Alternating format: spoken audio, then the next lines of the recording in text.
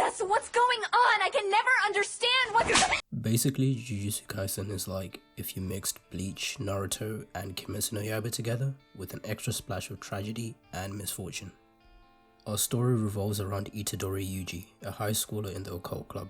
Due to a series of unfortunate events, he swallows a finger and now has a demon stuck inside his stomach. Sound familiar? Well, it should. How many times have we seen a story with a demon trapped inside our protagonist? A lot. That's how many. Let's compare this to Naruto for a second because that's always relevant. Unlike Boruto's dad's relationship with Kurama, the nine-tailed fox, there isn't a sense of codependence between Sukuna and Itadori. Sukuna does not give a f if Itadori dies, which is refreshing, so Itadori has to get strong on his own because if he borrows power from Sukuna, Sukuna will brutally murder everyone he cares about in the blink of an eye. In comparison, Kurama from Naruto was just pretending to be an asshole, but he was actually a good boy at the end of the day. Alama! Good boy! Sukuna, on the other hand, is not like that. He's just an asshole. But being an asshole who happens to be a badass is not necessarily a downside, because it's kind of like being a really attractive person with a personality. People will still be drawn towards you regardless of whether or not you're a good person. You know what I mean? It's called the halo effect. Look it up.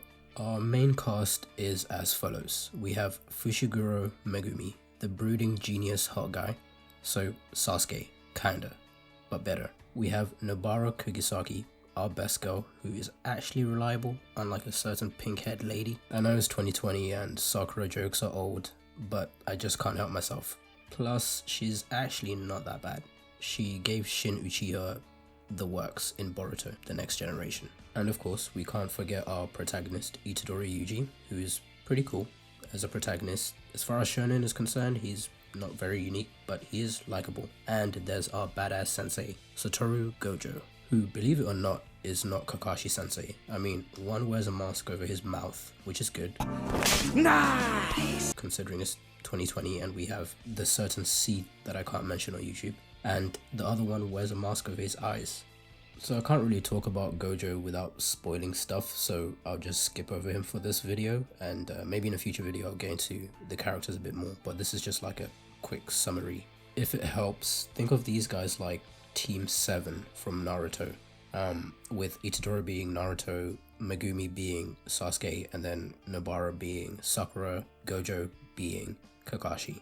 Like I said, only if that helps. They have a similar dynamic, but it's not 100% the same. These guys are more likable and they have more chemistry from the get-go. So we follow their journey as they exercise curses born from humanity's negative emotions. Think of them like hollows from Bleach, but they weren't human to begin with. Like most shonen, this has a pretty intricate power system. I would compare it more so to Nen than anything else.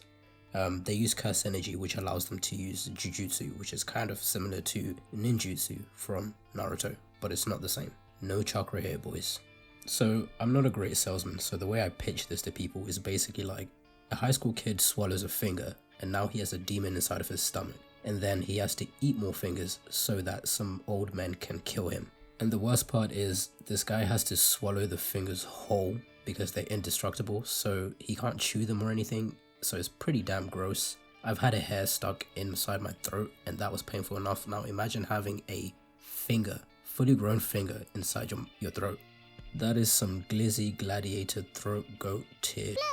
Anyway, so once Itadori consumes all 20 of these special grade cursed objects, Sukuna will be resurrected and then Gojo and the boys will put him down.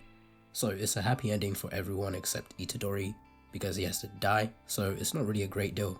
All jokes aside, I do highly recommend that you guys watch this one. Studio Mappa did a great job producing this. The animation is so damn good.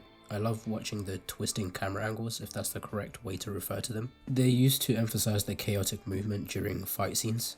It's so good that I have to constantly keep playing back the clips to kind of see everything that's happening. Kind of similar like how to God of High School did it, which was also made by Studio Mappa, so it says a lot, doesn't it? The voice acting is great. King of Curses Sukuna is even voiced by Suwabe Junichi, who is the voice actor for Aomine Daiki in Kuroko no Basket. As far as I can tell, within the first 4 episodes, it's pretty much been a panel by panel adaptation of the manga, so manga readers, you have nothing to worry about. This is one of those rare animes that has a complete banger of an opening song, but the ending song is a complete vibe as well.